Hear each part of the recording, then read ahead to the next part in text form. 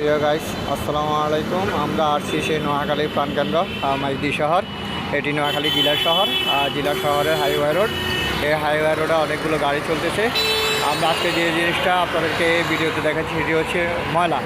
নোয়াখালী এইভাবে হাইওয়ে রোডের চারপাশে এইভাবে আপনারা ময়লা দেখবেন, যেখানে সেখানে ময়লা ফেলা। ময়লা মানুষের আপনার পরিবেশের ক্ষতি করে, পরিবেশ দূষণ করে, নোংরা করে এবং শহরটার অতি নোংরা দেখা যায়। আমরা চাই আপনারা কখনো যেখানে সেখানে নোংরা ফেলবেন না, নোংরা ফেলে আপনারা পরিবেশটা নষ্ট করবেন না, সমাজটা নষ্ট করবেন না। নোংরার কারণে অনেক অসুবিধা হয়।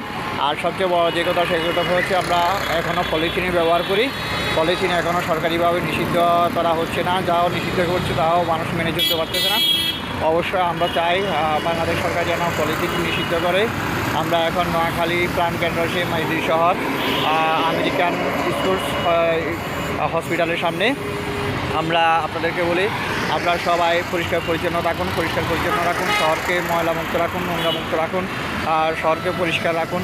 শহরে পরিষ্কার রাখলে মানুষের অর্থনীতি ভালো হবে, সুন্দর হবে, পরিবেশ সুন্দর হবে, মানুষের স্বাস্থ্যের ক্ষতি হবে না, মানুষের স্বাস্থ্যের উন্নতি হবে। ময়লার কারণে মানুষের স্বাস্থ্যের অবনতি ঘটে। তাই আমরা চাচ্ছি কখনো আপনারা যেন ময়লা ফেলবেন না, ময়লা ফেলে আপনারা পরিবেশটাকে নোংরা করবেন না, আবর্জনা করবেন না।